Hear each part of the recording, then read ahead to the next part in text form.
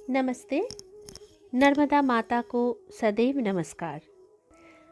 आप सुन रहे हैं उज्जैन की श्री हिंद पब्लिकेशन द्वारा प्रकाशित अवंती 2 में प्रकाशित संघमित्रा द्वारा लिखी गई कहानी रेवा की कहानी।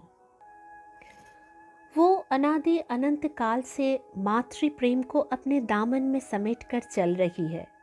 जो भी उनके पास आया उन्होंने उन सब की जिंदगी को प्यार से भर दिया।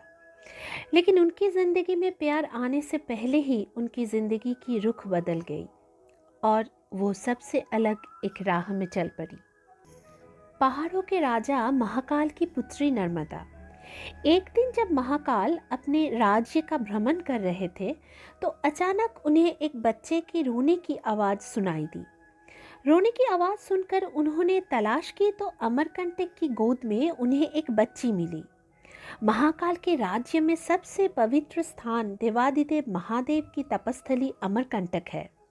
उन्हें आश्चर्य हुआ कि ईश्वर की यह पुत्री ऐसे पवित्र स्थान पर कैसे आ गई। उस बच्ची का सुंदर रूप देखकर महाकाल ने उसे अपने गोद में ले लिया और उसका नाम नर्मदा रखा। महाकाल का मानना था कि ये बच्ची भगवान महादेव की आशीर्वाद के रूप में उनके पास आई थी।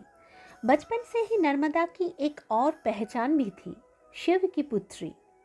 महाकाल के दुलार से धीरे धीरे नर्मदा बड़ी होने लगी। राज्य में सर्वत्र नर्मदा का मुक्त विचरण था, लेकिन नर्मदा का पसंदीदा स्थान अमरकंटक का शिव मंदिर था। नर्मदा महादेव से अकेले में घंटों बातें करती रहती थी और महादेव स्वयं उनके सारे सुख दुख साझा करते थे। न जाने क्यों नर्मदा का मन महल में नहीं रहता था। वो प्रकृति की बेटी थी, शायद इसी वजह से। इसीलिए वो प्रकृति की गोद में इधर उधर भागती रहती थी। एक दिन अचानक छोटी नर्मदा की मुलाकात जोहिला से हो गई। महाकाल के राज्य के एक कोने में एक जनजाति रहती थी। जोहिला थी उस जनजाति के मुखिया की बेटी। नर्मदा नन्ही जोहिला को देखकर बहुत खुश हुई और अपने पिता से जिद की जोहिला को अपने साथ महल ले जाने के लिए। महाकाल बेटी की कोई भी इच्छा नामंजूर नहीं करते थे। उन्होंने तुरंत जोहिला के पिता को निर्देश दिए उसको महल भेजने के लिए। जोहिला के पिता अब राजा के अनुरोध को नज़रअंदाज नहीं कर सकते थे, इसीलिए उन्होंने जोहिला को नर्मदा की साथी के रूप में महल भेज दिया। एक आदिवासी लड़की अब वो किसी राजा की बेटी के बराबर तो नहीं हो सकती, इसीलिए जोहिला बचपन से ही नर्मदा की एक दासी की तरह रहने लगी। लेकिन दासी केवल नाम के लिए, नर्मदा के लिए वो सखी थी। जोहिला भले ही नर्मदा की हम उम्र थी, लेकिन नर्मदा उसे बड़ी बहन की तरह स्नेह करती थी। नर्मदा न केवल दिखने में अतुलनीय थी, बल्कि वो बचपन से ही करुणा और प्रेम की प्रतिमूर्ति थी। हालांकि जोहिला में वो अपनापन का स्नेह उस तरह नहीं दिखा, लेकिन सभी इस बात से सहमत थे कि वो भी काफ़ी आकर्षक थी। परंतु उसके आकर्षण में ठहराव नहीं था, बल्कि उसका रूप लोगों को भ्रमित कर देता था। नर्मदा और उसकी सखी जोहिला महाकाल के राज्य में झरने की भांति जैसे बहती रहती थी। किशोरी नर्मदा एक तो राजकुमारी थी और उसकी सुंदरता से हर कोई प्रभावित, लेकिन जोहिला परेशान रहती थी। नर्मदा उससे पूछती है, सखी परेशान क्यों हो? क्या मैं सुंदर नहीं हूँ? जोहिला की बात सुनकर नर्मदा हंस पड़ी। किसने कहा तुम सुंदर नहीं हो? सखी तुम तो मुझसे भी ज्यादा खूबसूरत हो। नर्मदा उसके उदास चेहरे पर मुस्कान लाने की कोशिश करती है। फिर वो हमेशा आपकी ही तारीफ क्यों करते हैं? वो मेरी पोशाक और आभूषणों के लिए है। अगर तुम भी इस तरह से कपड़े पहनोगी तो हर कोई तुम्हारी भी इसी तरह तारीफ करेगा। तो फिर एक दिन मैं आपके ये पोशाक और आभूषण पहनूंगी। जोहिला की आंखें वासना से चमक उठी। सखी अगर अभी मैं तुम्हें कुछ देना चाहूँ तो मुझे अपने पिता की अनुमति लेनी होगी और हो सकता है कि मेरे पिता ये अनुमति ना दे। जब मैं बड़ी हो जाऊंगी, नियमानुसार मुझे अपने कपड़े और आभूषणों के लिए अपने पिता की अनुमति की आवश्यकता नहीं होगी। इसलिए कुछ वर्ष और प्रतीक्षा करो, फिर मैं स्वयं तुम्हें अपने पोशाक से सजाऊंगी। आप याद रखेंगे तो, भूलेंगे तो नहीं? सखी, ये मेरा वादा है तुमसे, नर्मदा मधुर मुस्कान के साथ कहती है। वो सोच भी नहीं सकती थी कि इस तरह की विभिन्न घटनाओं को देखते हुए उसके प्रति जोहिला की ईर्ष्या धीरे धीरे बढ़ती जा रही है। इसी तरह हंसते खेलते समय के साथ साथ नर्मदा ने युवावस्था में प्रवेश किया, जोहिला भी। युवावस्था में नर्मदा का स्वरूप पूर्णिमा के चंद्रमा के समान था, लेकिन चंद्रमा के धब्बों के बिना। नर्मदा नव खिले हुए कमल के समान थी, लेकिन उस पर कोई काली भंवड़े नहीं थी। नरम और कोमल रूप था उसका, बच्चों जैसा हंसमुख और चंचल। महाकाल जितना अपने बेटी को देखते थे, उनकी चिंता उतनी ही बढ़ते जाते थे। स्वयं भगवान द्वारा आशीर्वाद प्राप्त इस लड़की को सौंपने के लिए उसे एक योग्य पति कहाँ मिलेगा? वो भी रूप और गुण से नर्मदा के समान ही होना चाहिए।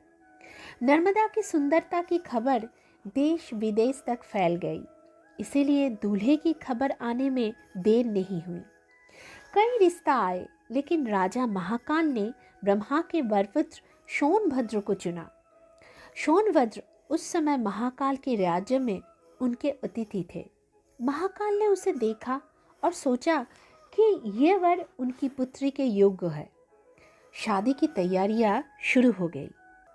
जिस तरह सोनभद्र को नर्मदा के रूप गुण की खबर मिली थी, उसी तरह जब सोनभद्र नर्मदा के राज्य में पहुंचे तो नर्मदा को भी उनके रूप के बारे में पता चला। लोगों से सोनभद्र की बातें सुनकर नर्मदा मन ही मन उसका चिंतन करने लगी। जैसे जैसे दिन बीतते गए, नर्मदा सोनभद्र को देखने के लिए व्याकुल हो उठी। लेकिन रिवाज के मुताबिक उन्हें शादी के दिन पहली बार मिलना होता है, इसीलिए भले ही नर्मदा की हजारों इच्छाएं हो, लेकिन नर्मदा अपनी इच्छाओं के बारे में किसी को नहीं बता सकती। जोहिला ने नर्मदा के मन की ये स्थिति देखी। जोहिला भी अब जवान और आकर्षक हो गई है। उसमें नर्मदा जैसा रूप की कोमलता नहीं है, बल्कि जोहिला का रूप लोगों को भटकाता है। नर्मदा और सोनभद्र की शादी की खबर जोहिला तक भी पहुंची। नर्मदा को बेचैन देखकर जोहिला सखी से पूछती है, आप इतने बेचैन क्यों हो? और कुछ ही दिन बाद आपकी शादी है, फिर भी आप इतने बेचैन क्यों हैं? मैं एक बार राजकुमार सोनभद्र से बात करना चाहती हूँ, लेकिन ये कैसे संभव होगा, ये सोचकर बेचैन हूँ। क्या महामहिम आपको इसकी अनुमति देंगे? नहीं, मेरे पिता कोई अनुमति नहीं देंगे। लेकिन क्या कोई और रास्ता है, अन्य तरीके? राजकुमार तक अपना संदेश पहुंचाने का और कोई तरीका है सखी? इस संबंध में केवल तुम ही मेरी मदद कर सकते हो। नर्मदा जोहिला का हाथ पकड़कर उससे विनती करती है। मैं? हाँ, तुम राजकुमार सोनभद्र के पास जाओ और उन्हें सूचना दो कि मैं उनसे मिलने अमरकंटक पर्वत पर जाऊंगी और वे वहीं मेरे प्रतीक्षा करें। ठीक है, मैं आपके कहे अनुसार काम करूंगी, लेकिन आपका काम करने के बदले मुझे क्या मिलेगा? तुम जो चाहो मैं तुम्हें दे दूंगी सखी। तुम पहले राजकुमार को मेरी सूचना दे आओ। मुझे उपहार पहले ही चाहिए सखी। आपको याद है, आपने मुझसे वादा किया था कि आप मुझे अपने वस्त्र और आभूषण पहनाएंगे। मुझे अपने वस्त्र और आभूषण पहनाइए सखी। मैं आपके वस्त्र और आभूषण पहनकर राजकुमार को आपके विषय में सूचित करने जाऊंगी। ये सुनकर उतला नर्मदा जोहिला के लिए अपने वस्त्र और आभूषण लाती है और उसे अपने वस्त्र और आभूषणों से सजाती है। जाओ मेरे सखी, और देर मत करो, मुझे राजकुमार सोनभद्र को मेरी सूचना देकर आओ। जोहिला सोनभद्र के पास जाती है, लेकिन नर्मदा की सूचना देने के लिए नहीं। नर्मदा की पोशाक में सजी जोहिला कोमल नहीं, बल्कि उग्रता के साथ एक अलग तरह की आकर्षक लग रही थी, मानो सूरज उस पर चमक रहा हो। जब से नर्मदा और सोनभद्र की शादी तय हुई, जोहिला ने सोनभद्र के बारे में सारी खबरें नर्मदा से छुपाते शुरू कर दी। इसलिए जब नर्मदा ने उसे सोनभद्र के पास भेजा, तो जोहिला ने फैसला किया कि उसे सोनभद्र से क्या कहना है। क्योंकि जोहिला सोनभद्र की सारी खबर रखती थी, इसीलिए उसे सोनभद्र को ढूंढने में देर नहीं लगी। भगवान की मनसा से उस समय सोनभद्र अमरकंटक पर्वत पर प्रकृति की सुंदरता का आनंद ले रहे थे। कुमार, किसी महिला की आवाज़ सुनकर उन्होंने मुड़कर देखा। उन्होंने एक सुंदर आकर्षक स्त्री को देखकर पूछा, तुम कौन हो? मैं आपकी दासी हूँ, नर्मदा। तुम हो नर्मदा? सोनभद्र ने आश्चर्य से पूछा। जोहिला ने सहमति से में सिर हिलाया। सोनभद्र ने अपने आप से पूछे कि क्या ये महिला वास्तव में नर्मदा है? नर्मदा सुंदर और बुद्धिमती है, हर कोई जानता है। ये महिला सुंदर और आकर्षक है, लेकिन फिर भी उसे राजकुमारी नर्मदा नहीं माना जा सकता है। परंतु आप इस समय यहाँ क्यों आए हैं? राजकुमार सोनभद्र, जिस दिन से मैंने सुना कि मेरी आपसे विवाह होने वाली है, मैंने अपना सब कुछ आपको सौंप दिया है। अब मैं उस बिंदु पर पहुंच गई हूं जहां मैं आपके बिना एक पल भी नहीं रह सकती। कृपया मुझे स्वीकार करें। नर्मदा जैसी महिला इतनी बेशर्मी से कैसे व्यवहार कर सकती है? सोनभद्र ने अपने आप से प्रश्न पूछे, लेकिन खुद से सवाल करने के बावजूद सोनभद्र जोहिला पर आसक्त हो गए। परंतु समय बड़ा निरपेक्ष है। ठीक उसी समय स्वयं नर्मदा वहां आ गई। जोहिला की देरी से चिंतित नर्मदा और इंतजार नहीं कर सकी और बेचैन होकर खुद ही राजमहल से निकल पड़ी। वो शाम का वक्त था। नर्मदा ने अपना भेष भी बदल लिए ताकि किसी को एहसास ना हो कि वो राजकुमारी नर्मदा है। रास्ते में कई लोगों से पूछते हुए वो राजकुमार की तलाश में अमरकंटक पर्वत पर आई। रास्ते में उसे समाचार मिलता है कि उसकी सहेली जोहिला कुछ देर पहले इसी ओर आई थी। ये वो स्थान है जहाँ पर महाकाल को शिशु नर्मदा मिली थी, और आज उसी स्थान पर नर्मदा अपने सखी जोहिला और राजकुमार सोनभद्र को एक साथ पाया। शायद यही वो क्षण होता है जब लोग दूसरों पर नहीं बल्कि स्वयं पर क्रोधित और दुखी होते हैं। किसी दूसरे व्यक्ति द्वारा धोखा दिए जाने का दर्द शायद सहने योग्य होता है, लेकिन जब सामने वाले का धोखा उसे याद दिलाने लगता है कि वो कितना मूल्यहीन है, कितना दीनहीन है, वो कितनी उपेक्षित है प्रेम की इस संबंध में, फिर और कोई इच्छा नहीं रह जाती। जोहिला और सोनभद्र अपने आप में इतने व्यस्त थे कि उनमें से किसी को भी नर्मदा की उपस्थिति का ध्यान नहीं आया। नर्मदा ने सोनभद्र या जोहिला से कोई प्रश्न नहीं पूछे।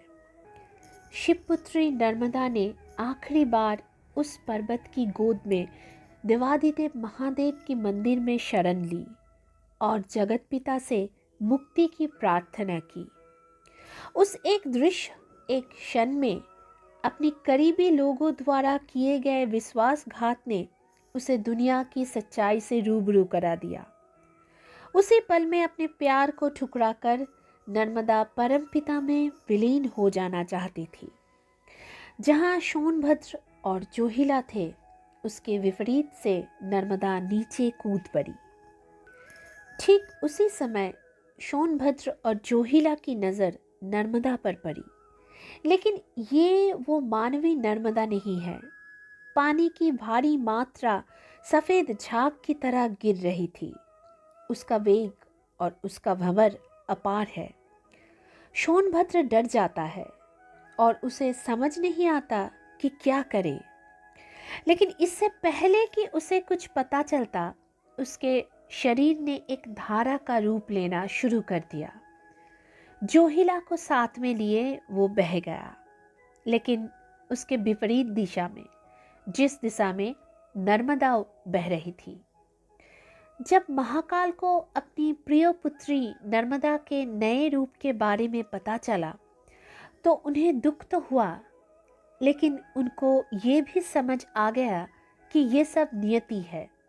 उन्होंने नर्मदा का नया नामकरण किया, रेवा, अर्थात बहती हुई धारा। लेकिन नर्मदा केवल महाकाल की पुत्री नहीं थी, वो भगवान महादेव की प्रिय पुत्री थी। इसलिए उन्होंने अपनी प्रिय पुत्री को अकेले नहीं बहने दिया। महादेव उनकी धारा के साथ साथ शिवलिंग के रूप में जल में बने रहे और पतित पावनी नर्मदा ने मानव कल्याण का संकल्प लिया और अलग हो गई सबके पथ से। वो आज भी उस रास्ते पर चल रही है जो सबसे अलग है। नमन है उनको।